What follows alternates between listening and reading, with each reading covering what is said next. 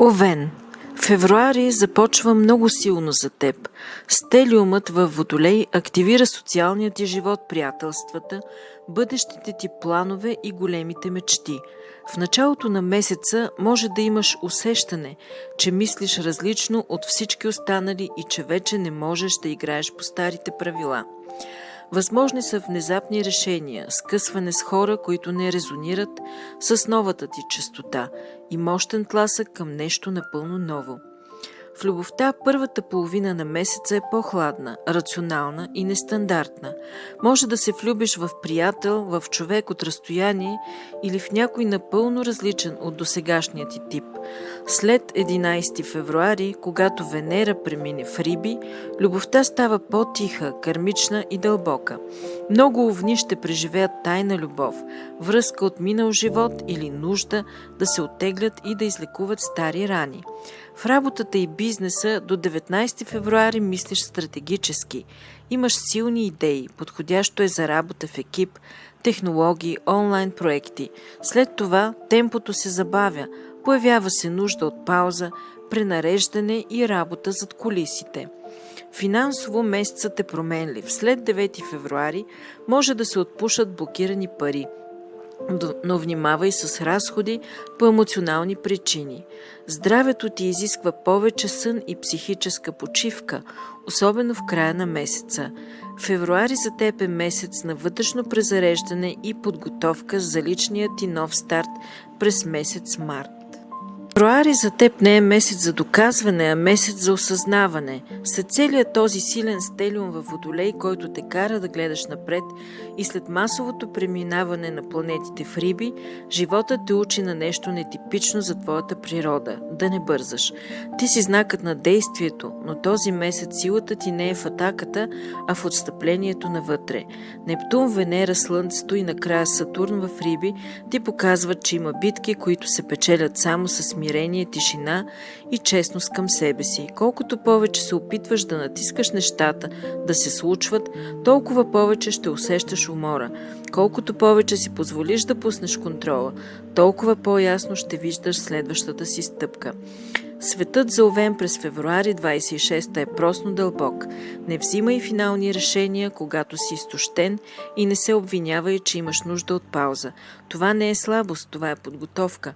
Ако слушаш сънищата си, интуицията си и тялото си, март ще те посрещне с яснота, каквато не си имал отдавна. Телец. Февруари 26 за Телец е месец, в който светът те гледа, дори когато ти самия още не си напълно сигурен в новата си посока. Стелиумът във Водолей активира най-високата точка в твоя хороскоп – кариерата, статуса, мисията ти в обществото. Когато толкова много планети са там, животът не пита дали си готов. Той те поставя в ситуация, в която трябва да поемеш отговорност или да признаеш, че стария път вече не е твоя. Водолей е знак, който не търпи застой, а за Телец това е сериозно предизвикателство. Ти обичаш сигурността, ясните правила и предвидимостта, но февруари ти показва, че истинската стабилност вече не идва от това да се държиш за старото, а от това да имаш смелостта да го надраснеш. Може да има внезапни промени в работата, в отношенията с авторитети или в посоката, в която си градил години наред. И макар в началото това да изглежда стресиращо, в дълбочина това е освобождение. На 9 февруари Уран, който се движи в твоя знак, спира да бъде ретрограден и тръгва директно. Това е ключов момент за теб. Докато беше ретрограден, промяната се случваше вътре в теб. Съмнения, страхове, вътрешни бунтове, усещане, че не си на мястото си. Когато Уран тръгне напред, вече не можеш да се преструваш. Решението, което си отлагал, започва да се проявява във външния свят. Това може да е смяна на работа, нова посока, промяна във външния вид или дори в начина, по който хората те възприемат. В любовта първата половина на месеца е по-хладна и дистанцирана, защото фокусът ти е силно насочен към целите и отговорностите. Партньора може да усеща, че си някъде другаде, но на 11 февруари, когато Венера влезе в Риби, любовта рязко сменя енергията си. От прагматична и земна тя става по-мека, съпричастна и приятелска. Започваш да търсиш не толкова сигурност, колкото разбиране. Възможни са връзки, които започват от приятелство или усещане, че партньорът ти е твой съюзник. След 19 февруари, когато Слънцето премине в Риби и особено след 22 февруари, когато и Сатурн го последва, започва нов дългосрочен цикъл в социалния ти живот. Тук смяната на знака е много важна. Сатурн напуска огнената импулсивна енергия и влиза във водна, дълбока и кармична зона. Това означава, че започваш да поставяш по-зрели граници в приятелствата, да отсяваш хората и да осъзнаваш кой наистина е с теб и кой е бил само част от минал етап. В работата и бизнеса февруари е месец на видимост и повратни точки. Не всичко ще се случи лесно, но всичко ще бъде честно. Това, което е стабилно, ще се засили. Това, което било компромис, ще се разклати. Финансово месецът започва с напрежение, но след средата му могат да се появят възможности чрез екипи, клиенти или проекти, които са по-иновативни от обичайното ти мислене. Здравето ти през февруари е пряко свързано с напрежението. Тялото ти реагира, когато прекалиш с контрола.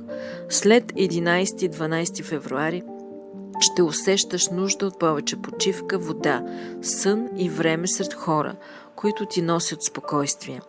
Февруари 26 за Телец е месец, в който се учиш да вярваш на промяната, дори когато не я разбираш напълно. Това не е загуба на сигурност, това е преминаване към по-истинска такава. Близнаци. Февруари 26 за Близнаци е месец, който разширява съзнанието. Не просто ти се случват събития, променя се начина, по който ги разбираш. Стелиумът във Водолей активира зоната на светогледа, висшето знание, пътуванията, обучението и смисъла. Това е въздушен знак като твоя, но докато ти мислиш бързо и фрагментирано, Водолей те кара да мислиш мащабно, концептуално и напред във времето. В началото на месеца усещаш силен умствен глад. Може да се появи желание да учиш нещо ново, да пътуваш, да смениш средата си или просто да излезеш от тесния кръг на ежедневието. Когато толкова много планети са в тази зона, животът ти казва: вече не е достатъчно просто да знаеш, трябва да разбираш. Старите ти вярвания започват да се разклащат, а това понякога носи вътрешно напрежение, защото близнаците обичат сигурността на информацията, а не на философията. На 7 февруари, когато Нептун смени знака си и влезе в Риби, настъпва много важна промяна. Докато Нептун е бил в Овен, фокусът е бил върху личните ти амбиции и посоката – какъв искам да бъда. С влизането му в Риби, тази мъгла се премества в кариерата и обществената ти роля. Започва период, в който може да се чувстваш леко объркан относно професионалната си посока, но това не е грешка. Това е покана да намериш по-смислена реализация, не просто успешна. В любовта първата половина на февруари е много ментална. Привличат те хора, с които можеш да говориш часове, които мислят различно, които разширяват хоризонтите ти. Любовта е свързана с идеи, пътувания или общи мечти. Но на 11 февруари, когато Венера влезе в Риби, любовта сменя напълно езика си. Отговорим, тя преминава към чувстваме. Започваш да търсиш сигурност, подкрепа и емоционално присъствие. Възможна е връзка с човек, който е по-чувствителен или по-зрял от теб. След 19 февруари, когато Слънцето влезе в Риби и особено след 22 февруари с Сатурн в Риби, започва сериозен период в кариерата. Тук смяната на знака е ключова. Сатурн в Риби изисква да превърнеш мечтите си в структура. Вече не е достатъчно да имаш идеи, трябва да им дадеш форма. Това може да донесе повече отговорности, но и шанс за дългосрочно израстване. Финансово февруари не е месец за бързи печалби, а за стратегическо мислене. Парите идват чрез знания, умения и репутация. Здравето ти е тясно свързано с нервната система. Когато умът ти е претоварен, тялото реагира.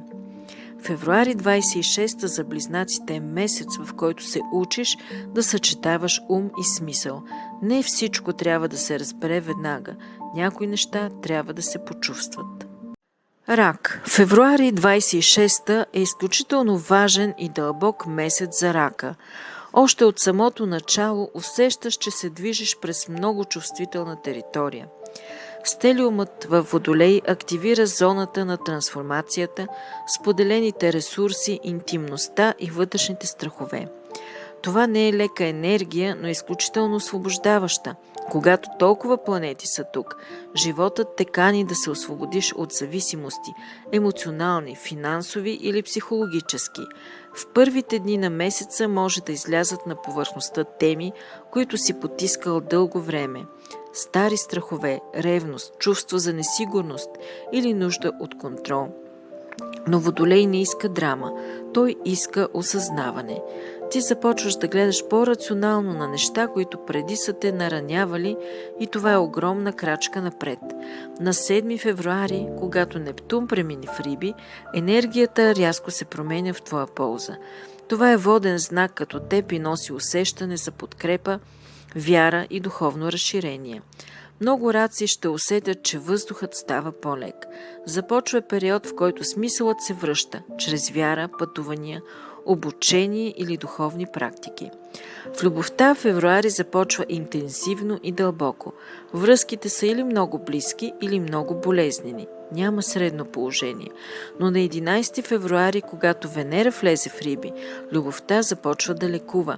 Появява се нежност, прошка и усещане, че не си сам в чувствата си.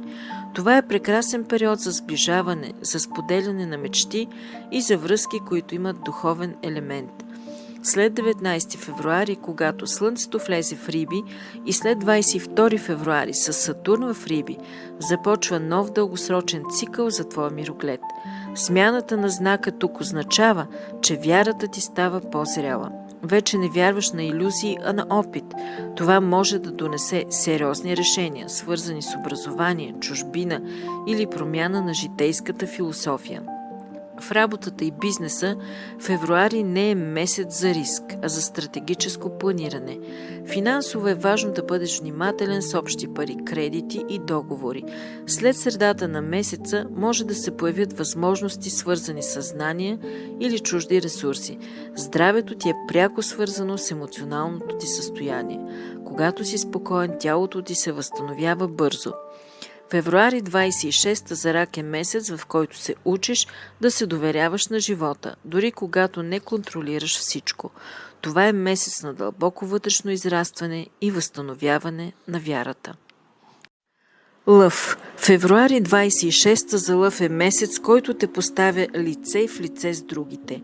Стелиумът във Водолей е точно срещу твоя знак и това е една от най-силните позиции в астрологията, защото когато толкова много планети се съберат в зоната на партньорствата, животът ти казва: вече не си сам на сцената. Всичко, което се случва този месец, минава през огледалото на другия – партньор, съпруг, клиент, съдружник, дори открит опонент. В началото на месеца взаимоотношенията са много ментални и рационални. Говори се за бъдещето, за правила, за граници.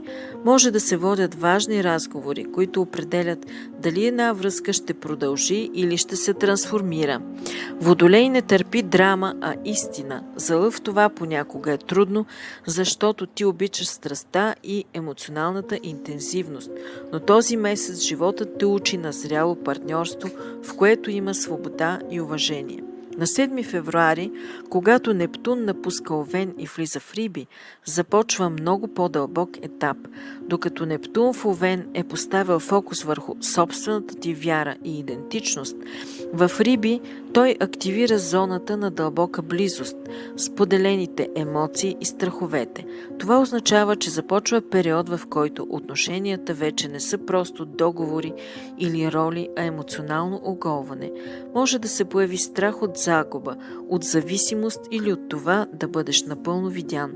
В любовта първата половина на февруари носи разговори, решения и понякога дистанция, но на 11 февруари, когато Венера влезе в Риби, любовта сменя тона си. От рационална тя става нежна, дълбока и много интимна. Това е момент, в който връзките могат да се излекуват чрез съпричастност, а самотните лъвове могат да срещнат човек, с когото връзката е почти магнетична.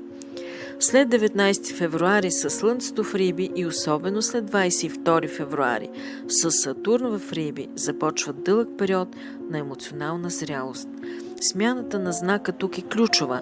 Сатурн вече не изисква доказване навън, а стабилност вътре.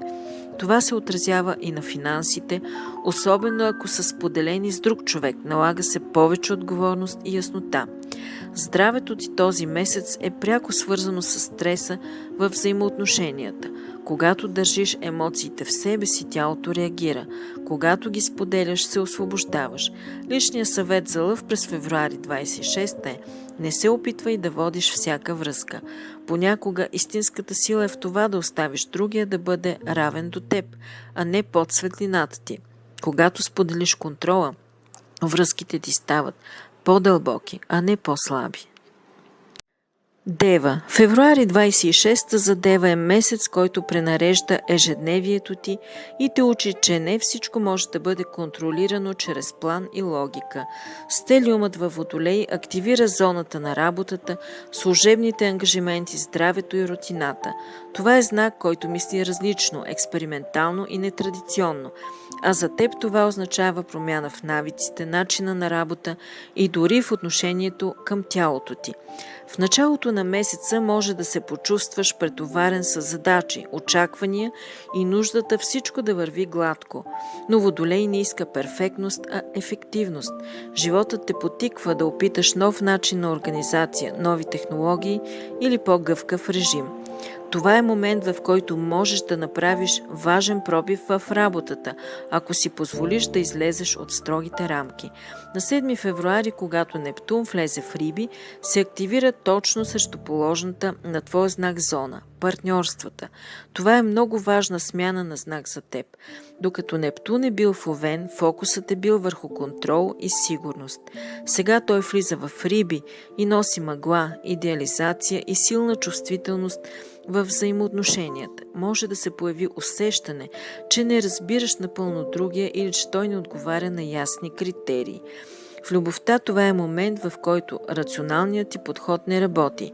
След 11 февруари, когато Венера влезе в Риби, любовта изисква съпричастност, а не анализ. Много деви ще осъзнаят, че или трябва да се научат да се доверяват, или да признаят, че една връзка се крепи само на навик. След 19 февруари със Слънцето в Риби и след 22 февруари с Сатурн в Риби, партньорствата стават сериозна тема. Смяната на знака при Сатурн означава, че отношенията влизат в период на изпитания и озряване. Това може да е официализиране на връзка или ясно осъзнаване, че някои отношения нямат бъдеще.